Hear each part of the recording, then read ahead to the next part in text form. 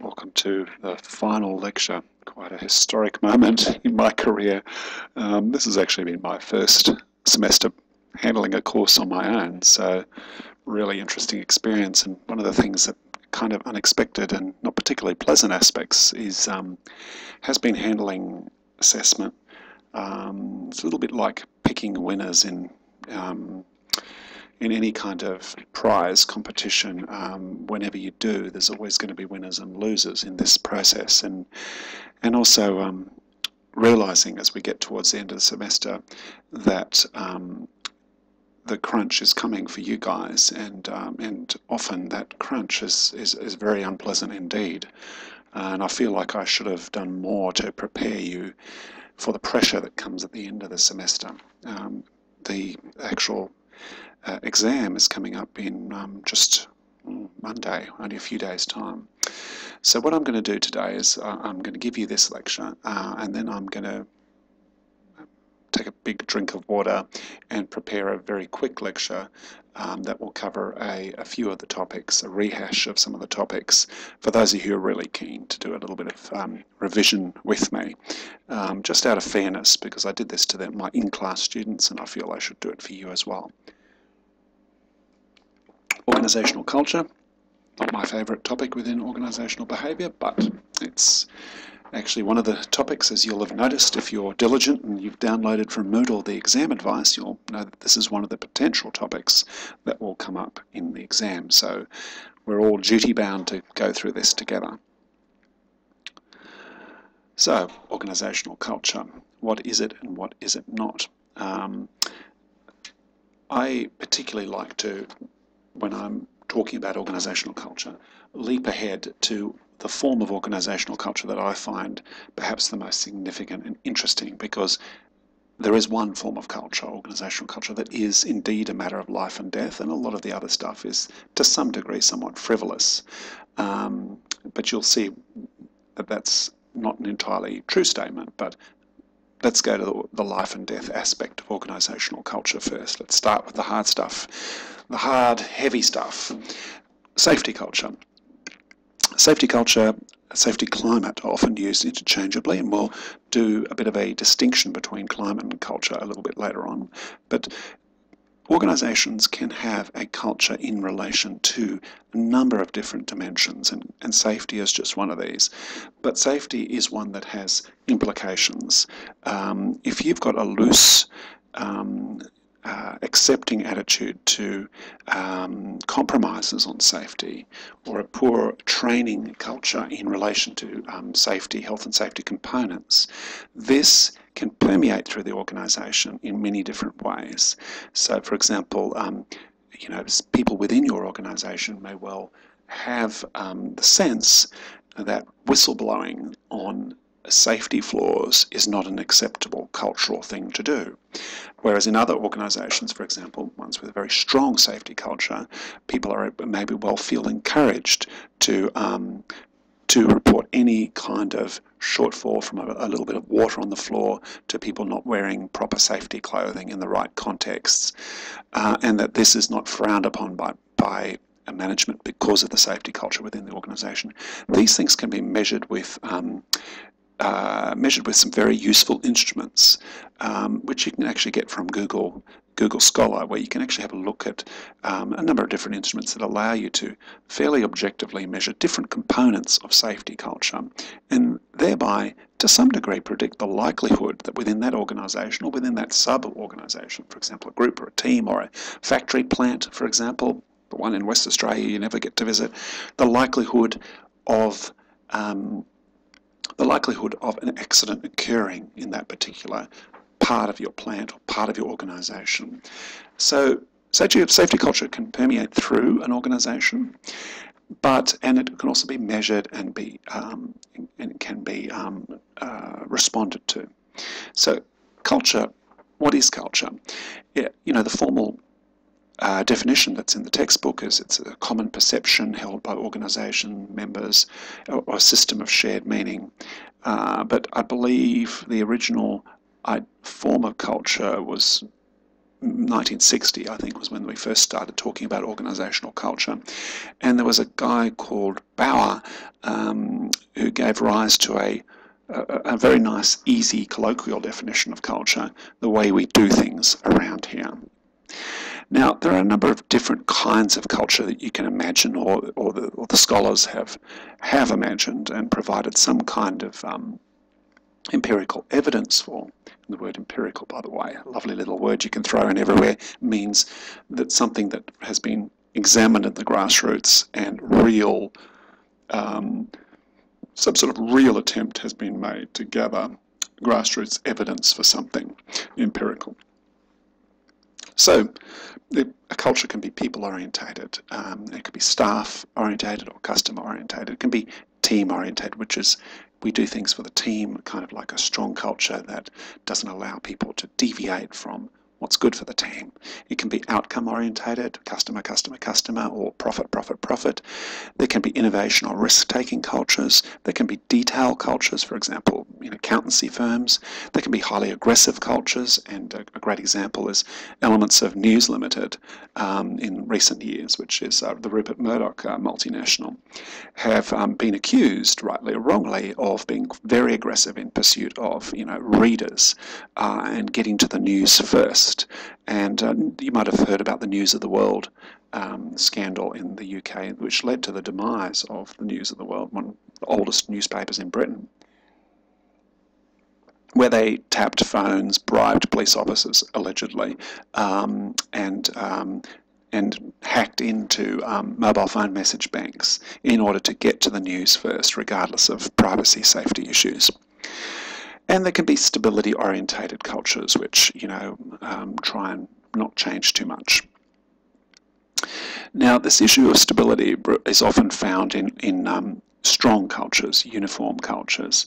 But does that really mean, does that really exist? Or is what we're talking about here really, we talked about organisational structure last week, we're talking about formalisation, rules, regulations. It's possible.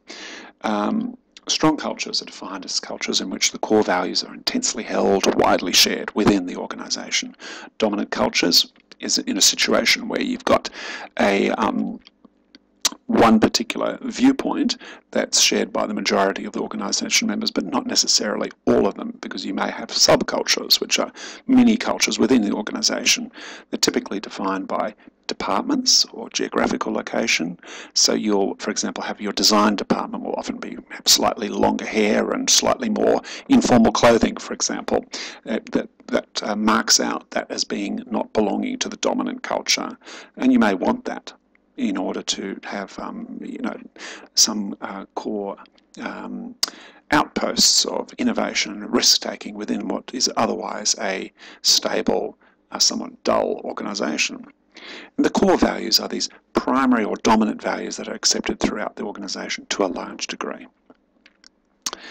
So subcultures may have gatekeepers, they may have a defined territory, and gatekeepers are these people that keep certain people in or out, or allow people in or out, and they have ways of identifying members separately from the host culture. That may be through uniforms or hairstyles or language, jargon, for example, that relates to a particular kind of element of the organisation. Okay, culture. Culture does a number of things to an organisation. It defines boundaries, it conveys identity to people within the organisation and outside the organisation. It facilitates commitment to a greater cause, and we'll be talking about that a little bit further. It enhances stability, or social stability within the organisation, because it controls behaviour. It helps you make sense of an organisation, and it acts as control mechanism, which is closely related to this business of stability. Just quickly on the issue of sense making, a new event occurs, the boss makes a statement or recruits extra people or sacks someone. The culture can help you understand why that happened.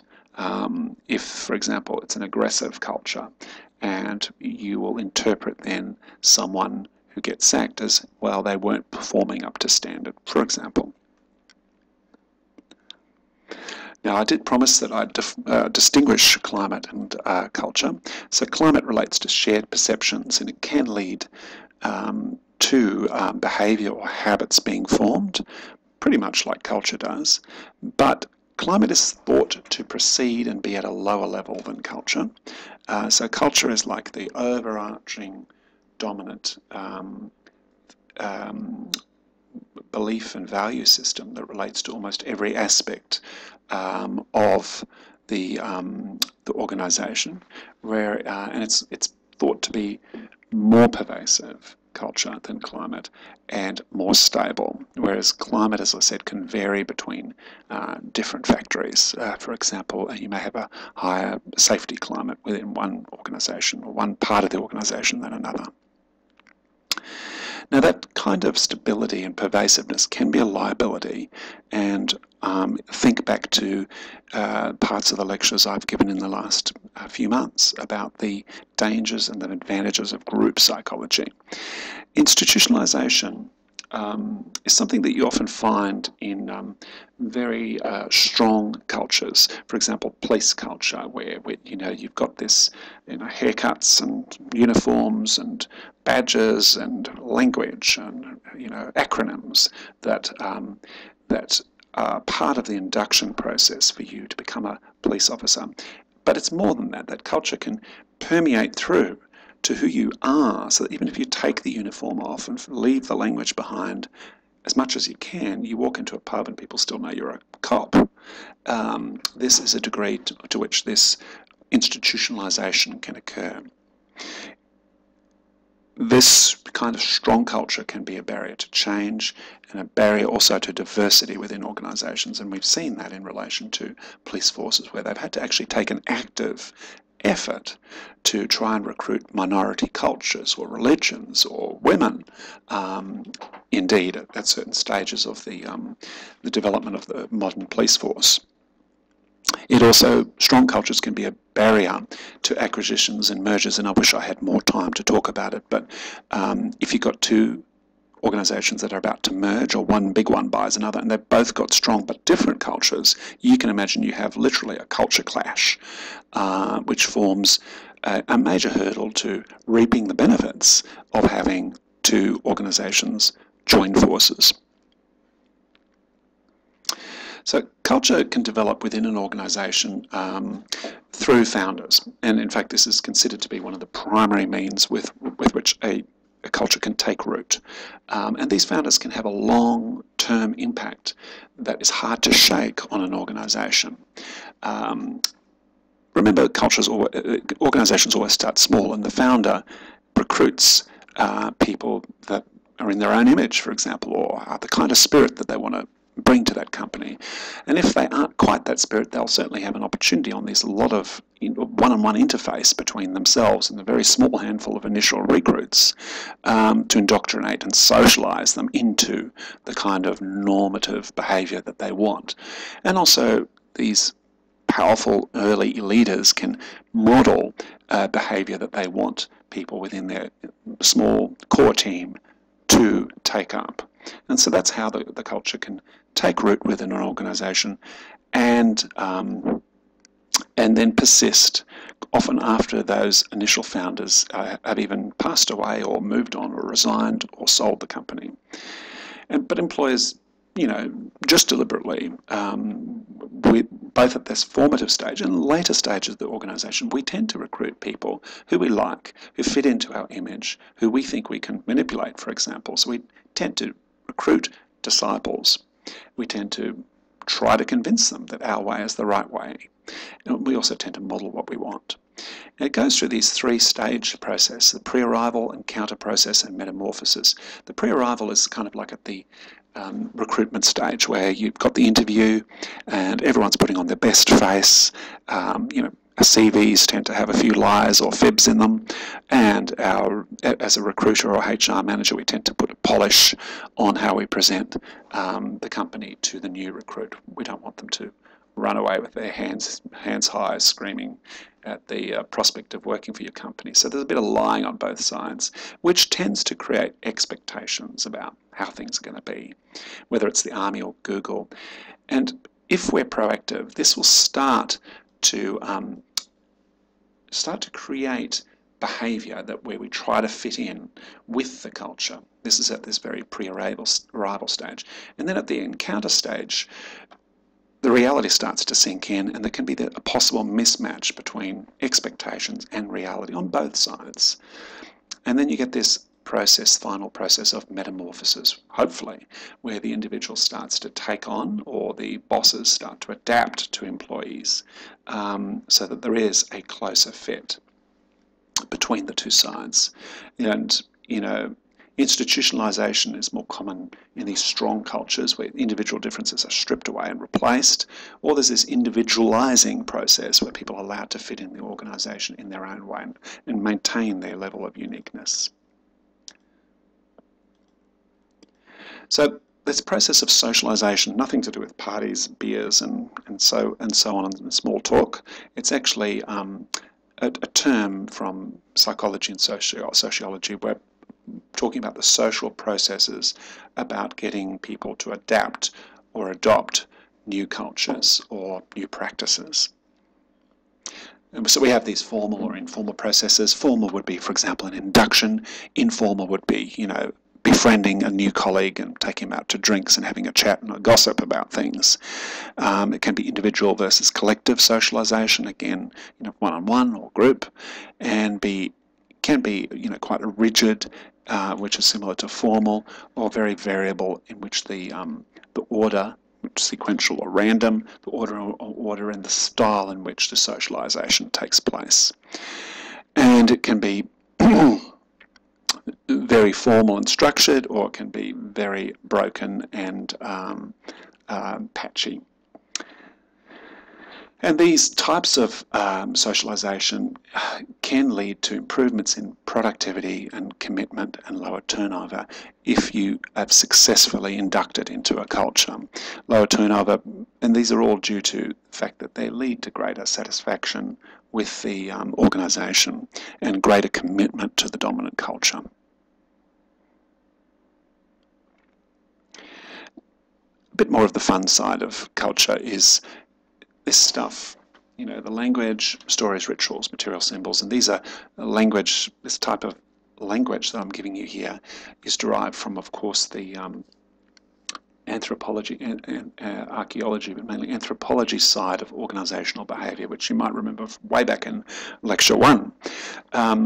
Now, language, you know, like techie language, or also, you know, insider language that, you know, the pink form or the blue form, or don't brown slip him or something. You've got a language that a company develops or a culture develops that helps demarcate that organisation from other organisations and gives people a sense of belonging, a sense of being an insider. There's also rituals, which people get used to. Now, some companies, particularly not Australian companies, tend to have, you know, a lot of different rituals that can be induction or hazing rituals, and it can also be, you know, quite formal rituals that are structured within the organisation, like every new employee has to go through, you know, a meet the boss, a face-to-face with staff, or a morning tea, or there can be a employee of the month type of ritual, which is quite common still in Australia, but Australia is not big on the rituals. Stories. These are kind of like fables or stories within the organisation that help define who the organisation is and help a newcomer begin to understand the psyche of the organisation. And to some degree, these are formally encouraged, or can be, but they can also be very negative stories that the management would prefer didn't happen, but gets told time and time again to employees. These are kind of relatively not visible immediately to a newcomer, but the material symbols, like, you know, the polished granite table from which the boss works, the massive big table and his window views, marble table might suggest, you know, power and success as parts of the culture. Or there may be an open plan format to the office, which indicates an inclusive type of culture. But they're much easier to see, basically, within an organisation. And I just wanted to point out a famous phrase. I think the textbook's got this one, when Ford asked why he had such a strong involvement in quality and elements of his culture. Well, it's my name on the building, it's my name on the product, was a common expression from Ford. So the textbook does talk a little bit about creating ethical cultures, which I won't take too much time on because it's a relatively new area. It is important because increasingly shareholders, employees are looking for companies that have some sort of edge. We're no longer just looking for a job, looking for a well-paid job. Now we're beginning to look for a quality job that provides us meaning. We're moving up that Maslow's triangle to self-actualization and meaning as being the ultimate goal or motivation in life. We've moved on from worrying about whether we're going to get food or not because the supermarkets never runs dry. So this is where we're moving towards organisationally. Now, organisation can help create organisational cultures that are ethical by fostering an acceptance of disagreement or risk, keeping a lid on aggressiveness, so keeping a lid on competitive goal-seeking, focus on the path as well as the goal, and model the right behaviour or communicate the right behaviour as a manager. You can also take on training. You can begin to specifically reward good behaviour, OCBs, you might remember, organisational citizenship behaviours, or you can have regulations and rules in place, which are a relatively weak way to do it. The textbook also talks about positive cultures, which are those that focus on praise and rewards rather than punishments and emphasise individual growth and vitality. Focus on the positive generally. And the textbook also talks about spirituality, which it's pretty marginal, to be honest, and pretty questionable and very new development within OB. Interesting area, though, because it does capture a very important truth about the modern organisation and about work in general for a lot of people, not everybody, but for a lot of people. We come to work not just for the pay, as we've talked about, and not just for the social company, of having some work colleagues to see every day rather than stay at home in loneliness. But we also come to work because we believe in it. Like teachers come to teach. I have that sense of mission about, being a lecturer, for example. It's not religion we're talking about, but a higher purpose, a sense of mission. It helps to counter, this pure commercialist, win at all costs, money, money, money focus of some businesses. And it comes about because people want to integrate personal values into their professional lives. You find that when people retire, for example, so much meaning is invested in their work, whether they knew it or not, that people really commonly suffer depression after retirement, even though they were looking forward to retirement. Such is the built-in meaning and value out of work. It's good at helping de-stress and motivate staff. I will briefly play one of these. I'm Johnson, I'm from Singapore. I grew up there. I studied mechanical engineering in college, and in 2011 I graduated. I was lucky, 2 months later I joined Becca, and it's been a really good journey ever since. Almost a year ago I was asked, we want to come to New Zealand, come to Christchurch in particular, to get a bit of overseas experience and help out with the rebuild over here. And I said yes, of course. So I arrived here in May. The first thing I thought of was, it's cold, it's really cold here. But yeah, it's a nice city. I like Christchurch. It's dry, the sun is always shining. Currently, one of the projects I'm working on is called The Crossing. It's this existing shopping mall that we're trying to refurbish and basically give it a new life. The Crossing gives me a special meaning because it's one of the first project that I've been dealing with in the CBD, which is pretty much destroyed during the earthquake. So working on a project really gives me the sense of purpose that I'm here for the rebuild and not just any commercial or building that I've handled before. It is one thing that we talk about it's going to bring a new life back to Christchurch. So you can see even building a shopping centre can have that kind of spiritual meaning for someone. 4 characteristics of spiritual organisations that give that sense of purpose. Benevolence, about giving, you know, rather benevolence is gifting, giving something. Trust and respect, and open-mindedness rather than closed-mindedness. Okay, and there is some research suggesting that spiritual organisations or organisations that foster spiritual perceptions or perspectives do tend to do better. But also it does increase productivity, lower staff turnover. But there is always that question that if you know, you jam spiritualism, just like religion, down people's throat, it kind of defeats the purpose. This companies, the reason I mentioned that there's companies that also have a fun culture, and just jamming down fun down the people's throat certainly doesn't feel like fun. And finally, this issue of dealing with different cultures in relation to culture within organisations, and it's obviously a problem that relates to, you know, I talked about mergers and takeovers of companies and acquisitions, but it's also true when you've got multinational elements, divisions or departments or sub companies of your company. You will need to deal with this on an international scale, but you need to be sensitive to those different cultural norms. It's always safe to listen more, and you need to be nice, avoid controversial subjects, and avoid criticism. In my work, one of my first early experiences was in China, and I can remember, for example, I won't play the video, that's an absolutely fantastic video from HSBC on cultural differences, but just in a snapshot, when I went to China, I was quite sensitive. I praise China, even though the food was not at all suitable for me, as indeed this example was.